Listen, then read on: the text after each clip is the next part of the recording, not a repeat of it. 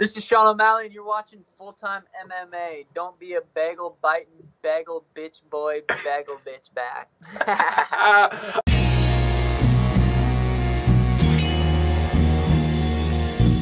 Back to the daily grind, and shout out to the full-time patrons. Make sure to hit subscribe if you're new and hit thumbs up if you're not a baby back bagel biting bitch boy, because you know what time it is. It's full time MMA. And it is time to break down Bellator 206. This might be the most stacked Bellator fight card of the year, and if it is not, please remind me of a more stacked Bellator card than this. Holy smokes, all the way through. This card is a banger. I cannot wait to watch this card. It's going down on September 29th. It's going to be a Saturday, so I'm not going to miss it for work. Yo, I might have had to call in for this card. We got Gegard Mousasi, the GOAT, taking on Rory Macdonald, arguably the greatest welterweight on the planet.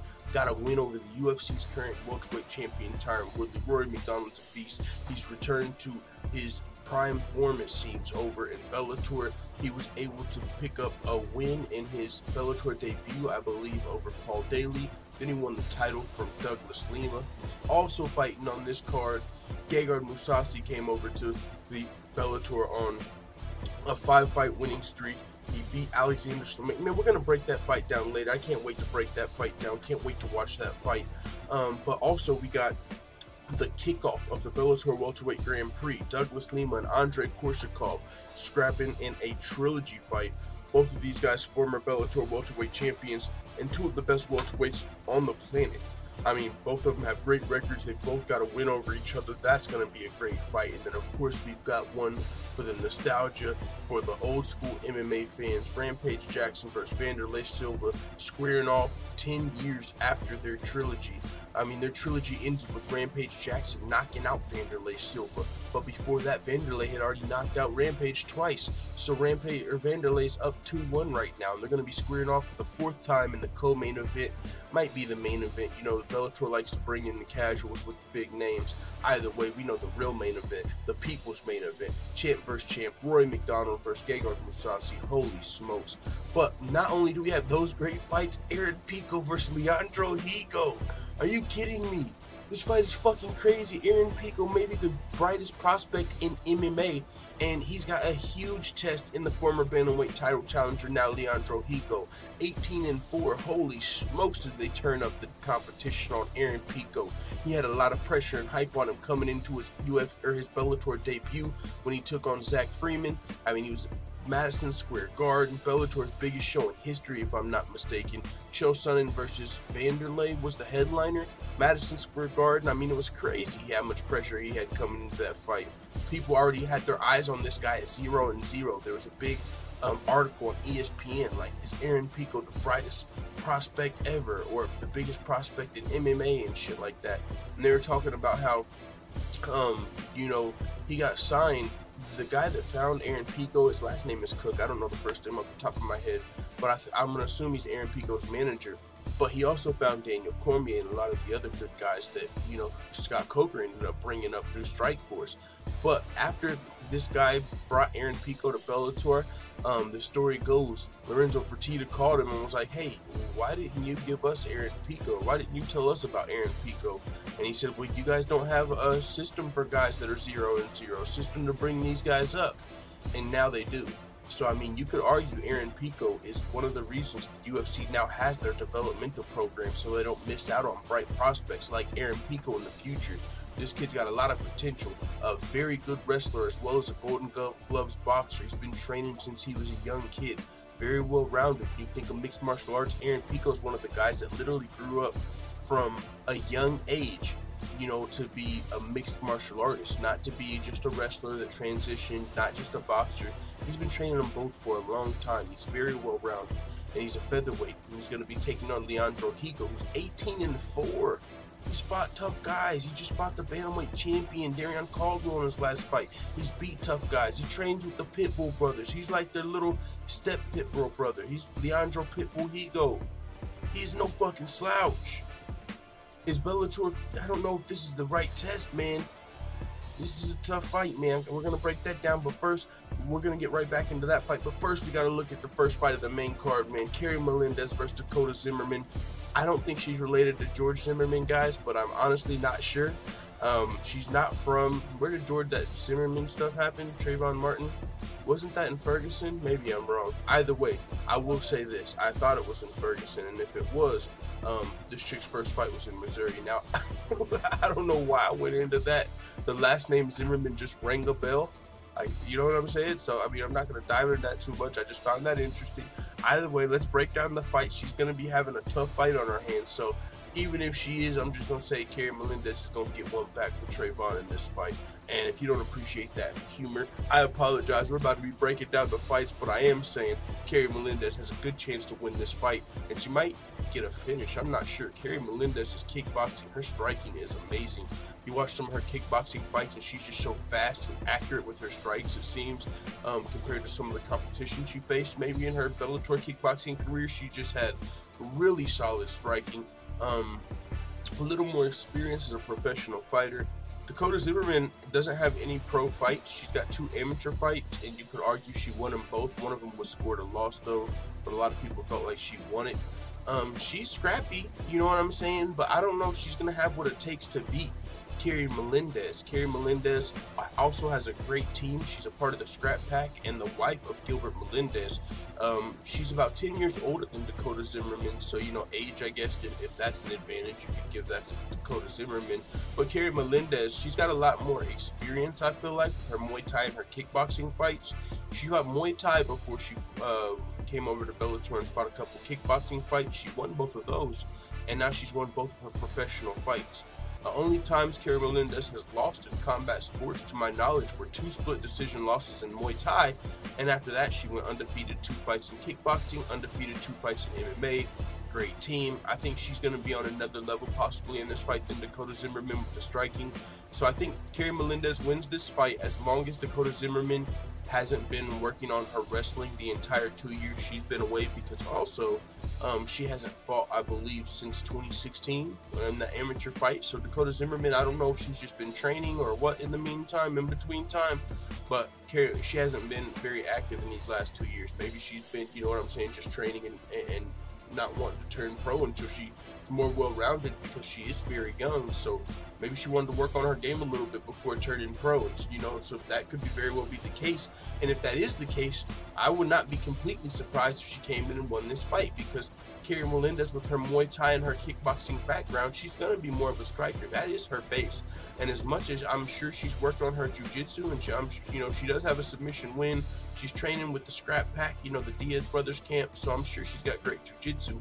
But wrestling, what about her wrestling? So I think Dakota Zimmerman, if she can put together a game plan of taking Carrie Melendez down and keeping her on her back and avoiding a submission, Dakota Zimmerman can actually have success. But any other way, I think Carrie Melendez should win this fight. There's not a lot of footage on Dakota Zimmerman. I mean, you can watch her 2 amateur fights, but that was like 2 years ago, so you really don't know what she's been doing in the meantime. And if she's been really with a good camp and working on wrestling heavy attack, she could win this fight. She could, you know, she could shock you here. So, but I'm picking Carrie Melendez. There's a lot more information out there on her. I think she's more established as a fighter, and the striking I don't even think should be very close. But we'll see what happens. It's still a fight I'm looking forward to. We'll see if Carrie Melendez can remain undefeated in her professional career, or if Dakota Zimmerman can get off to a big start. I mean, a win over Carrie Melendez would be a huge way to start your professional career. I mean, you still got, you know, a ways to go from there, because you're only at 1 professional fight. But Dakota Zimmerman, I mean, I'm going to check her age just to be sure, but I think she's only like 23. Let me check that for you guys. Yeah, she's only like 22, 23 years old. It doesn't have it on her shirt off, but either way, man, I checked it before the fight whenever I was watching one of her amateur fights and they were announcing her. She's very young. She's very young, so she's still got a bright future ahead of her, you know what I'm saying? Especially if she wins this fight. But it's going to be a really tough fight for her pro debut over there in MMA, so we'll see what happens, but I'm giving the edge to Carrie Melendez. Looking forward to that fight. Now let's get into Aaron Pico versus Leandro Higo. Holy smokes. I mean, I'm giving the edge to Aaron Pico. I do not think he's going to get one of his first round knockouts, though. I mean, he could very well lose this fight. Aaron Pico is a really good fighter that had a lot of hype and pressure, as I said earlier in the video, coming on him coming into his MMA debut against Zach Freeman. He ultimately lost that fight, but since losing his debut in Madison Square Garden on one of the biggest cards in Bellator history, since losing that debut, Bellator toned down the competition just a little bit, and Pico has passed all those tests with flying colors. He's knocked out 3 guys in a row in the first round.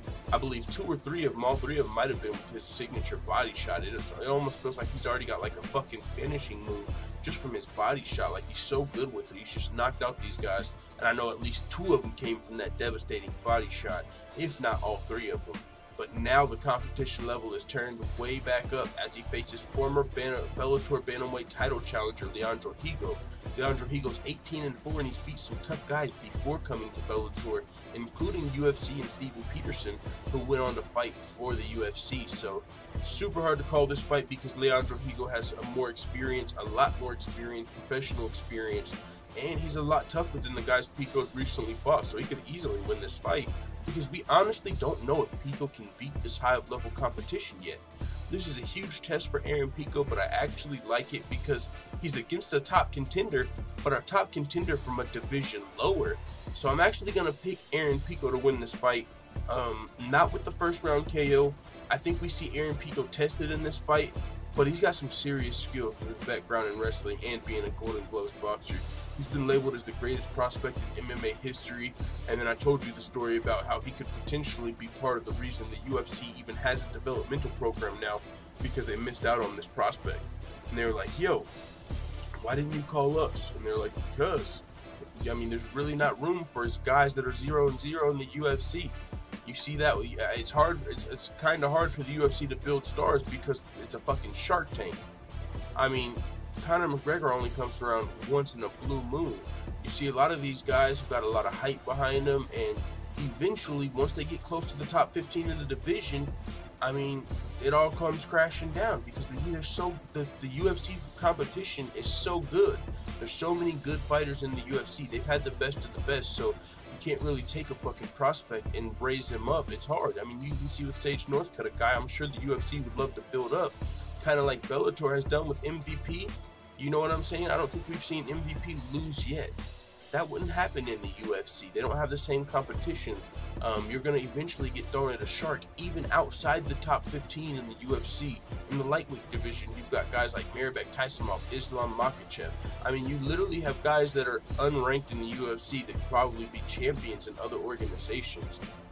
And so it's hard to raise prospects there. And so now they've got a developmental program for guys like Greg Hardy and guys that have a bright future, or they want to at least build them up a little bit before throwing them to the wolves. You know, if you're 0-0, let's at least get you like a fucking 6 fights before putting you in the UFC. Like, now they have that developmental program. So I'm picking Aaron Pico. He's got great wrestling, and I think he wins this fight as long as he avoids a submission. Leandro Higo, I do believe, has 10 submission wins in his 18 wins. So Aaron Pico, I think he'll have the better wrestling and maybe even the better hands in this fight. But with that being said, in that size advantage, I think that'll help him with his wrestling. So I think he can use his wrestling in this fight, and he'll just have to avoid being submitted if he does do that. So we'll see what happens. I don't think he gets a first-round knockout, though. I don't think he's doing that again. I mean, Leandro Higo is a step up, so we'll see. It's going to be a great fight. I'm giving the edge to Aaron Pico, though, man. I would not be surprised if he fucked around and lost here. And if he does, then I'm going to be looking at you at Bellator like, what the fuck are you guys doing? Why would you even throw Aaron Pico way up here? And maybe they're just like, I don't know. Maybe they're trying to, I don't know. This is a tough test. This is a really tough test. I like the fight, but if Aaron Pico loses, of course, hindsight 2020 is going to be like, what the fuck did we make that match for? Because Aaron Pico's got a bright future. You know what I'm saying? Daniel Cormier, Scott Coker found Daniel Cormier. You know, he brought up Daniel Cormier, and look where Daniel Cormier is right now. He's arguably the greatest fighter of all time. He's the UFC double champ in the 2 heaviest divisions. Only person in his career to beat him is John Jones. Before USADA and after USADA, he failed his drug test. So to be honest, I mean, Daniel Cormier, you could easily argue is the greatest fighter of all time, and that's a guy that came from Scott Coker and came from the same guy that found Aaron Pico. I forget his name. Is it Bob Cook? It's something Cook. But either way, Aaron Pico's got a lot of potential. That's for sure. So we'll see if Leandro Higo can derail the hype of Aaron Pico a little bit, or if Aaron Pico can pass this test.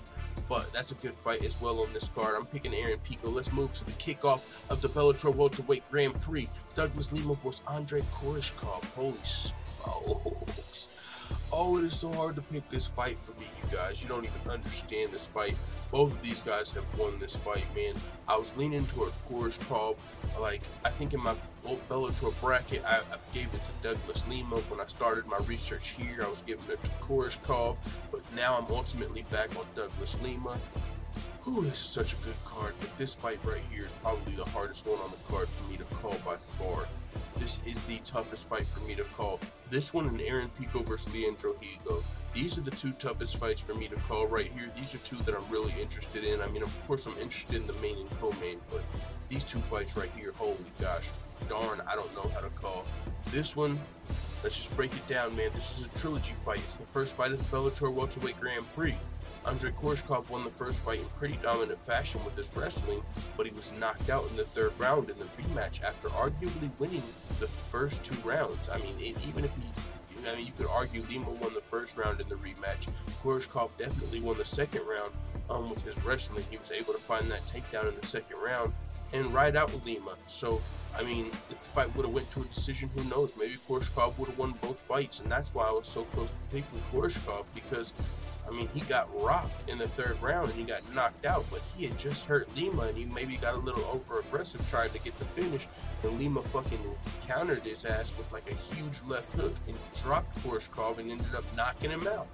So you could say Koreshkov is maybe the better fighter because I think he's a little more well-rounded, honestly. In my opinion, I think Koreshkov is a little more well-rounded, and that's why I want to pick him to win this fight, because I feel like we've seen him beat Douglas Lima and almost beat him again if he wouldn't have gotten knocked out. Now, of course, coulda, shoulda, woulda. He did get knocked out.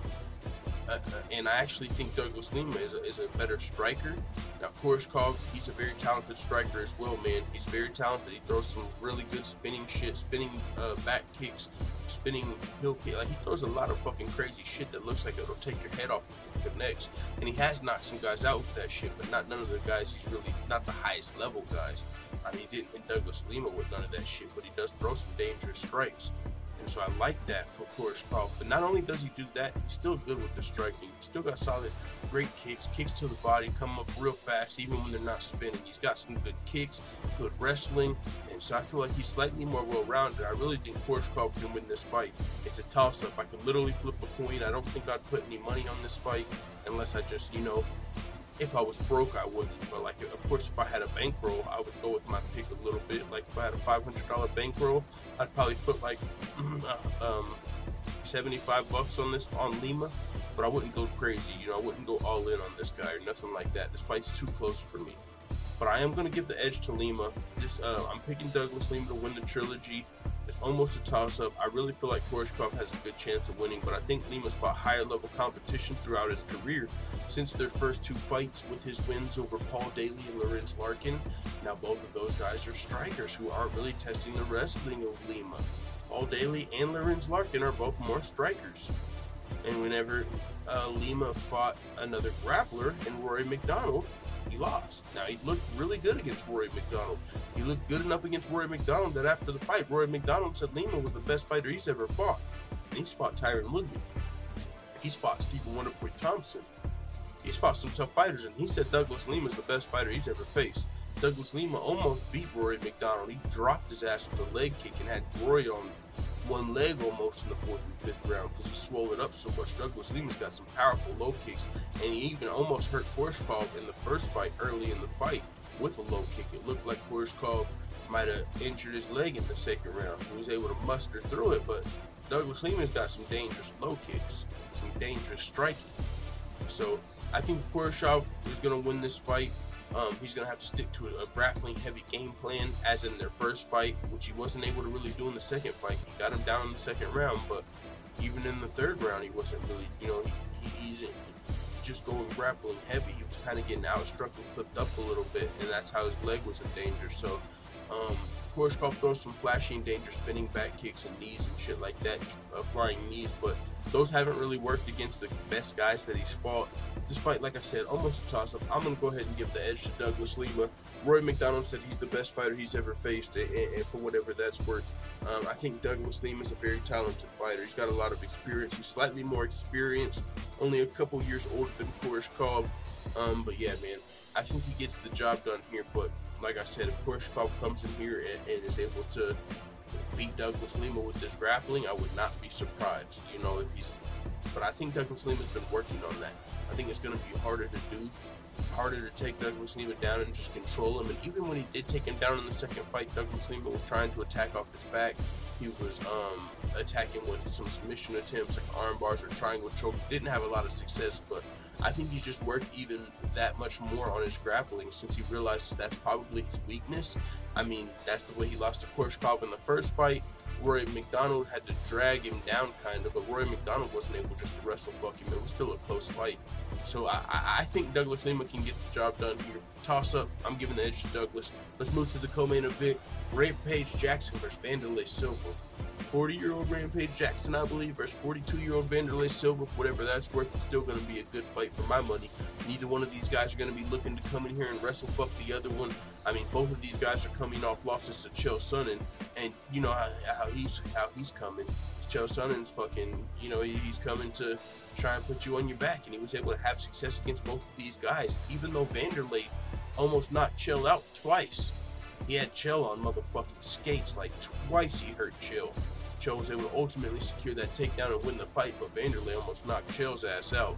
I wouldn't be surprised if Fedor actually does that to Chael, because I don't know, we'll see. That's going to be a good fight. That's coming up later on in the heavyweight Grand Prix. But yeah, man, this fight right here, whew. So, as I said earlier in the video in the very beginning, Rampage has already knocked Wanderlei Silva out 10 years ago. But that's after Wanderlei already knocked Rampage out in their first two fights prior to that. So Wanderlei lost his Bellator debut to Chael Sonnen. That was Wanderlei's first fight in 4 years after he was suspended by USADA for evading a test. Rampage Jackson, he was actually in great shape heading into his fight with Chael Sonnen earlier this year, although he lost a decision. But he did win his first 4 fights with Bellator before going on this current 2-fight losing streak Rampage Jackson did. This is likely going to be a stand-up fight, though. I honestly think someone is going to go to sleep in this fight. I don't know who it's going to be. It could be Rampage. It could be Wanderlei. I just like that these guys get a style matchup where we get to see a fan-friendly fight and a fight that they want to be in.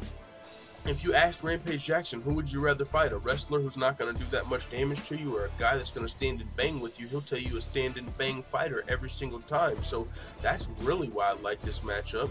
I mean, both of them lost to a wrestler in the most recent fight. Let's let these motherfuckers stand and bang and see where they're really at against each other. I really love this fight, but I'm going to give the edge to Rampage. I think he's, you know, been looking good as far as in shape.